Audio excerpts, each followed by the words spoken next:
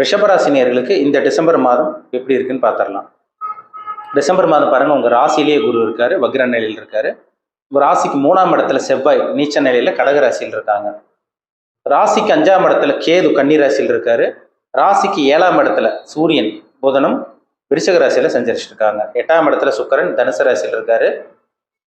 10ஆம் இடம் கர்மஸ்தானத்துல தொழில் ஸ்தானத்துல சனி கும்ப ராசியில் இருக்காரு. 11ஆம் இடமான லாபஸ்தானத்துல ராகு மீன ராசியில சஞ்சரிச்சுட்டு இருக்காங்க. இதுதான் டிசம்பர் மாதம் 1ஆம் தேதிக்கு உண்டான கிரக நிலைகள். டிசம்பர் மாதம் 2ஆம் தேதி சுக்கிரனோட பயிற்சி நடக்கும். டிசம்பர் மாதம் 15ஆம் தேதி சூரியனோட பயிற்சி நடக்கும். டிசம்பர் மாதம் 28ஆம் தேதி மறுபடியும் சுக்கிரனோட பயிற்சி நடக்கும். டிசம்பர் மாதம் 7ஆம் தேதி பாருங்க, செவ்வாய் வக்ரமாகும். செவ்வாய் வக்ர நிலையில் இருப்பாரு. அப்ப இந்த மாதம் எப்படி இருக்கும், ரிஷபராசினியர்களோட லைஃப் வாழ்க்கை எப்படி இருக்குன்னு இந்த பதிவில் பார்த்துடலாம். ஒரு ராசிநாதன் சுக்கிரன் பாருங்க 8ஆம் இடத்துல. ஒரு ராசிநாதன் சுக்கிரன் 8ஆம் இடத்துல மறைஞ்சிருக்காரு. ஆனா பாருங்க, உங்க ராசிநாதன் 9ஆம் இடமான பாகிஸ்தானத்துக்கு அடுத்த நாளே டிசம்பர் 2ஆம் தேதி பயிற்சி ஆயிடுவார். அப்ப இது ஒரு நல்ல ஒரு அமைப்புங்க. உங்களுக்கு குருவும் ராசியில் இருக்காரு, சுக்கிரன் நல்ல ஒரு இடத்துக்கு வர்றதுனால இந்த மாதம் ராசிநாதன் ஸ்ட்ராங்கா இருக்கிறதுனால நினைச்சது நிறைவேறும். எதையும் சாதிப்பீங்க, நினைச்சது எல்லாமே உங்களுக்கு நிறைவேறும்.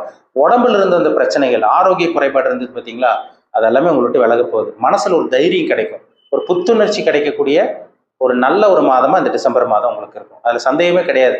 ராசிநாதன் நல்லா இருந்தாதான் மனம் தெளிவா இருக்கும், உடல் ஆரோக்கியம் நல்லா இருக்கும், குழப்பம் இருக்காது, தெளிவா ஷார்ப்பா சிந்திச்சு செயல்பட முடியும். அப்ப இந்த மாதம் ராசிநாதன் நல்லா இருக்காரு. அப்ப எல்லா ரிஷபராசினியர்களும் அவங்க வயதுக்கு தகுந்த மாதிரி நல்லா இருக்க போறீங்க. அதுல சந்தேகமே கிடையாதுங்க. உங்க ராசிக்கு பாருங்க 2ஆம் அதிபதி புதன். அந்த புதனும் பாருங்க 7ஆம் இடத்துல இருக்காரு. தனஸ்தானாதிபதி புதன் 7ஆம் இடத்துல இருக்காரு. தனக்காரகன் புதனும் தனக்காரகன் குருவும் லக்னத்தில் இருக்காரு. அப்ப குருவும் நல்லா இருக்காரு, புதனும் நல்லா இருக்காங்க, சுக்கிரனும் நல்ல ஒரு அமைப்பில் இருக்கிறதுனால கண்டிப்பா அந்த மாதம் வருமானம் வரக்கூடிய நல்ல ஒரு மாதமா இருக்கும். குடும்பத்தில் இருந்து வந்த பிரச்சனைகள், குழப்பங்கள் எல்லாமே நிவர்த்தி ஆகும். மனசுல இருந்து வந்த பிரச்சனைகள் எல்லாமே உங்களை விட்டு விலக போகுது. குடும்பத்துல ஒரு நல்ல ஒரு ஆரோக்கியம் இருக்குன்னு சொல்லலாம். சரிங்களா? சண்டை சச்சரவெல்லாம் இருந்தது பார்த்தீங்களா, கணவன் மனைக்குள்ள பிரச்சனை அப்படி இப்படின்னு இருந்தது பார்த்தீங்களா, ஒரு ஆரோக்கியமான சில நல்ல விஷயங்கள் நடக்கும். குடும்பத்துல பிரச்சனைகள் விலகி ஒரு நிம்மதியான ஒரு வாழ்க்கை, ஒரு நல்ல ஒரு வாழ்க்கை எல்லா ரிஷபராசினியர்களும் அந்த மாதம் வாழ போறீங்க. 2ஆம் அதிபதி நல்லா இருக்கிறதுனால வருமானம் வரும், பணம் வரும், உங்க பேச்சுக்கு மதிப்பு மரியாதை கிடைக்கும். புதுசா பிசினஸ் ஆரம்பிக்கிறவங்களுக்கு நல்ல ஒரு இந்த மாதம் வளர்ச்சின்னு சொல்லிடலாம். இந்த டிசம்பர் மாதமே பாருங்க, ஒரு சில பேருக்கு நல்ல ஒரு வளர்ச்சி கிடைக்கும். அதே மாதிரி பாருங்க, திருமணத்துக்காக முயற்சி பண்ணிட்டு இருக்கவங்களுக்கு முக்கியமா சொல்லணும்னா, சுக்கிரன் 9ஆம் இடத்துக்கு வந்துடுறாரு.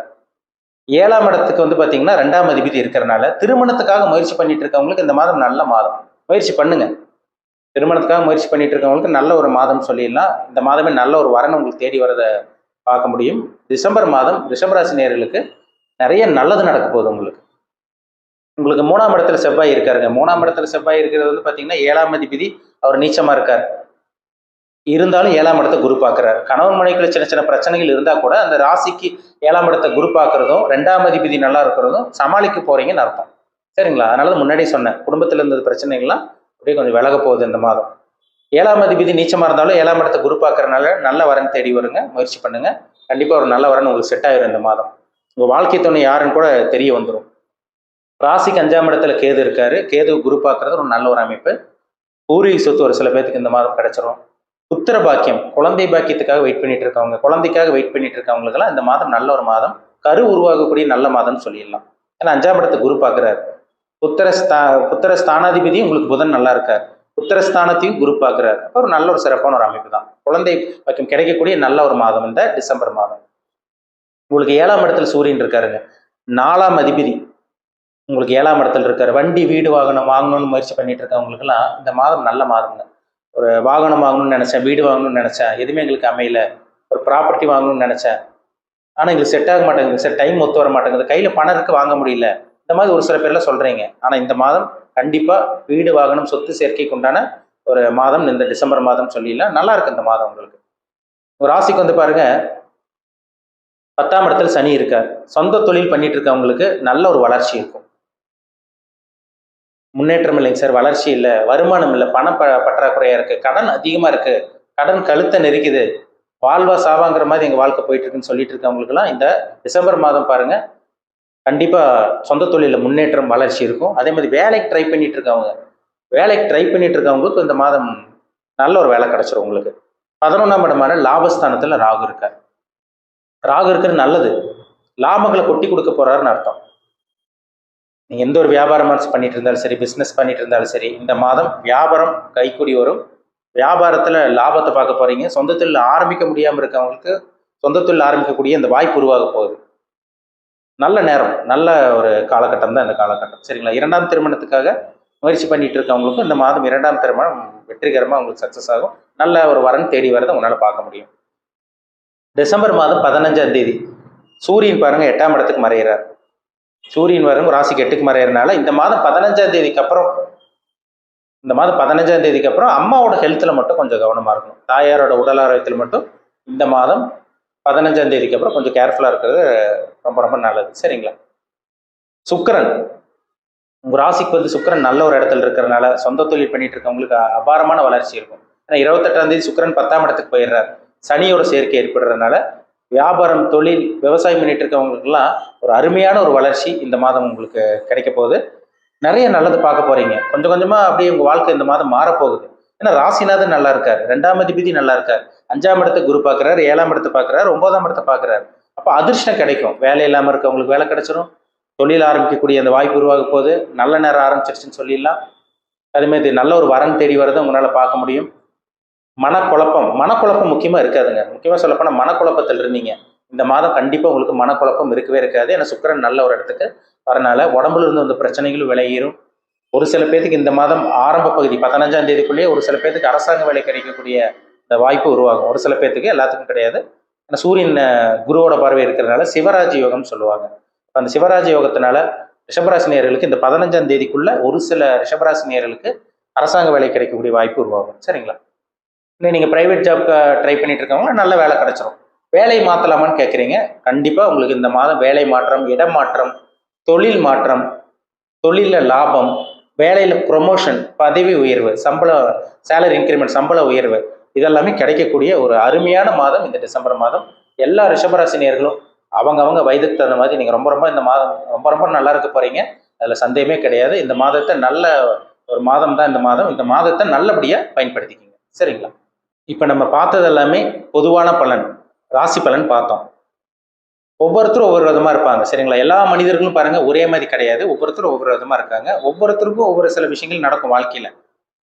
ஒவ்வொருத்தரும் ஒவ்வொரு வயசில் இருப்பாங்க. அதுதான் ரொம்ப முக்கியம். வயதுக்கு தகுந்த மாதிரி சில விஷயங்களும், சில அனுபவங்களும், சம்பவங்களும் நடக்கும். ஜாதகம் ரொம்ப முக்கியம். சரிங்களா? தனி மனிதனுடைய ஜாதகம், தனிப்பட்ட ஜாதகம் ரொம்ப முக்கியங்க. நம்ம பார்த்த பொது பலன் பார்த்தீங்கன்னா, ஒரு சில பேத்துக்கு நான் சொன்னது அப்படியே 100% கரெக்டாக இருக்கும்.